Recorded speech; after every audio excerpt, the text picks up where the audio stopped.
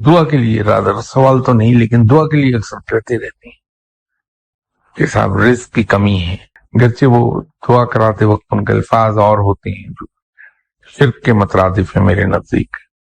کہ صاحب کسی نے ہمارا رزق باندھ دیا ہے، کہ ہم اگر یہ سمجھتے ہیں کہ رازق خدا ہے اور جو وہ ہے، تو اگر رازق رب ہے اور رب قادر مطلق ہے، سب سے زیادہ پاورفل ہے، تو اتنی طاقتور ہستی جو سب میں طاقتور ہے، اگر وہ مجھے رزق دینا چاہے تو کس کی مجال ہے کہ اس رزق کو روک سکے؟ تو اگر ہم یہ کہتے ہیں کہ اللہ رزق دینا چاہ رہا ہے لیکن کسی نے باندھ دیا ہے، تو پھر معاذ اللہ، اللہ معاف فرمائے مجھے ان الفاظ کے لیے،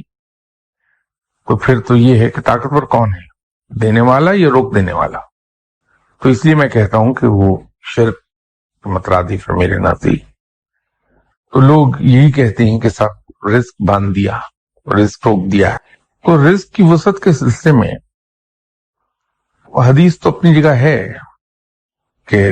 جو آدمی رزق اور عمر میں وسعت چاہتا ہے اس کو چاہیے کہ عزیز رشتہ داروں کے ساتھ تواضع کا سلوک کرے، لیکن جو تجربہ میں نے کیا ہے وہ اس حدیث کے علاوہ عرض کر رہا ہوں۔ یہ حدیث تو ہے، اس پہ عمل ہونا چاہیے کہ اگر انسان یہ چاہتا ہے کہ اس کے رزق میں وسعت پیدا ہو جائے تو آپ اپنے اوپر یہ لازم کر لیجئے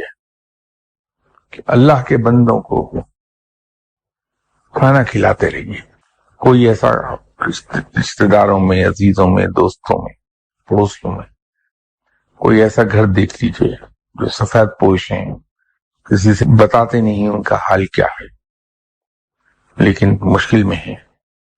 تو انتہائی خاموشی کے ساتھ، اتنی خاموشی اور رازداری کے ساتھ کہ محاورتاً اگر بات کریں کہ خود آپ کی ذات کو نہ پتہ چلے کہ آپ نے ان کی مدد کر دی، ریگولرلی ہر مہینے چپ چاپ کچھ نہ کچھ ان کو دیتے رہیے۔ میرا تجربہ یہ ہوا ہے کہ وہ کئی گنا ہو کر واپس اسی وقت لوٹ آتا ہے، خاص طور پر اگر کبھی یہ دیکھیں کہ کوئی شخص مقروض ہے، باوجود کوشش کی وہ اپنا قرض ادا نہیں کر پا رہا، نہایت خاموشی کے ساتھ اس کا قرض ادا کر دیجیے، پورا نہ کر سکے تو جس حد تک ممکن ہو اتنا کر لیجیے، تو آپ کا رزق وسیع ہو جائے گا۔ یہ بڑی آزمودہ چیز ہے،